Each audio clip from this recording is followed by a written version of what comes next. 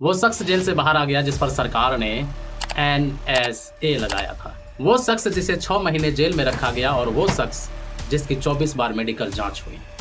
और वही शख्स जिसे आपने 3 इडियट्स में देखा था।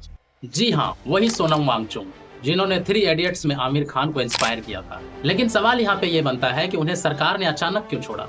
क्या सरकार को सुप्रीम कोर्ट में केस हारने का डर था या फिर कोई और वजह थी? तो चलिए आज के इस वीडियो में बात करते हैं सोनम वांगचुक के केस के ऊपर कि क्यों सोनम वांगचुक को 6 महीने जेल पर रखा गया और क्यों उनकी 24 बार से अधिक मेडिकल जांच हुई। तो वीडियो को पूरा देखिए क्योंकि लास्ट में एक बहुत ही बड़ा ट्विस्ट है।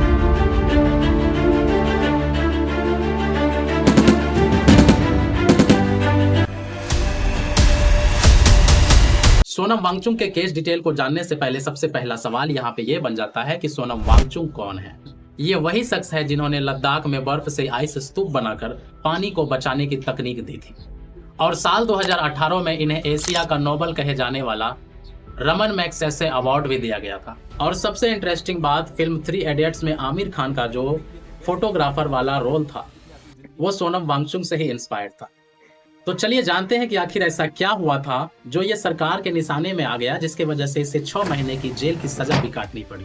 बात है 24 सितंबर 2025 की। लद्दाख के लेह शहर में भारी प्रदर्शन हुए थे जिसमें लद्दाख के लोगों की मांग थी कि उन्हें राज्य का दर्जा मिले, उनके जमीन बचे और उनके बच्चों को सरकारी नौकरियों के अवसर मिले। लेकिन ये प्रदर्शन हिंसक हो गए, पुलिस के ऊपर पथराव भी किया गया, आगजनी भी की गई और सबसे दुखद बात यह थी कि उसमें 4 लोगों की मौत हो गई, 90 से अधिक लोग घायल हो गए। अब सरकार ने इन्हीं प्रदर्शन को भड़काने के आरोप में सोनम वांगचुक को गिरफ्तार कर लिया और उन पर NSA लगा दिया गया। अब आप लोगों में से बहुत सारे लोग ये नहीं जानते हैं कि NSA क्या होता है। तो NSA वो कानून होता है जो आतंकवादियों पर लगाया जाता है। अब सवाल यहाँ पे ये आ जाता है कि क्या सोनम वांगचुक सच में दोषी थे या फिर गवर्नमेंट का लद्दाख के लोगों को चुप कराने की साजिश थी? अब आते हैं असली मुद्दे पे। सरकार उन्हें 6 महीने रखने के बाद रिहा क्यों कर दिया? इसके पीछे 3 कारण बताया जा रहा है।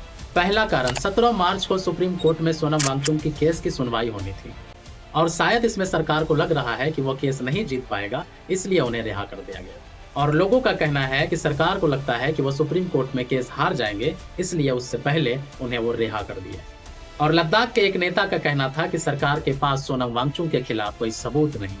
और दूसरा कारण है, पहले सरकार ने कहा था कि सोनम वांगचुक बिल्कुल स्वस्थ है क्योंकि उनकी 24 बार से अधिक मेडिकल जांच हुई है, लेकिन अब उन्हें हेल्थ ग्राउंड पर रिहा कर दिया गया है। मतलब ये कहा जाता है कि उसकी हेल्थ अभी सही नहीं है, इसी वजह से उसको रिहा कर दिया जा रहा है। मतलब ये है कि पहले जो 24 बार जांच होने के बाद जिसकी हेल्थ सही थी, अब बचने के लिए वो ये कह के उन्हें रिहा कर देते हैं कि उसकी हेल्थ कंडीशन सही नहीं है। और तीसरा कारण और सबसे बड़ा ट्विस्ट यही पे है, ये वही सोनम वांगचुक है जिन्होंने 2019 में धारा 370 के आर्टिकल हटने पर PM मोदी को धन्यवाद कहा था। हाँ दोस्तों, आज वही शख्स गवर्नमेंट के निशाने पर है। तो चलिए अब जानते हैं कि लद्दाख क्या चाहता है। लद्दाख के लोगों की 3 मांगे हैं। लद्दाख की पहली मांग है कि उन्हें राज्य का दर्जा मिले।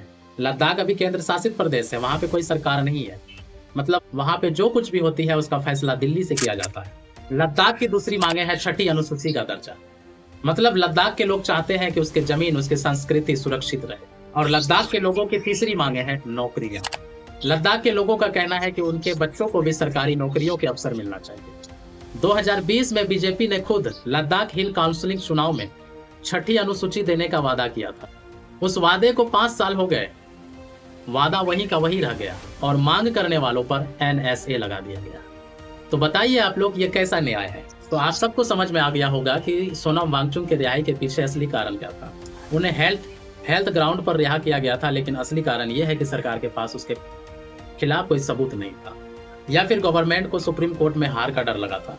लेकिन अब सोचने वाली बात यह है कि जो आदमी PM को धन्यवाद कहा था, आज वही आदमी सरकार के निशाने पर है। क्या लद्दाख के लोगों की मांगे सच में गलत है या फिर उसकी आवाज को दबाया जा रहा है? तो आप लोग मुझे कमेंट में बताइए कि कौन सही है, कौन गलत है। अगर वीडियो पसंद आए तो वीडियो को लाइक करें, अपने दोस्तों के साथ शेयर करें ताकि वो भी सोनम वांगचुक जैसे रियल हीरो की कहानी को समझ सके, उसकी असलियत को जान सके। और हाँ, ऐसे ही एक्सपोज वीडियो के लिए चैनल को सब्सक्राइब जरूर कर दीजिए। मिलते हैं नेक्स्ट वीडियो में।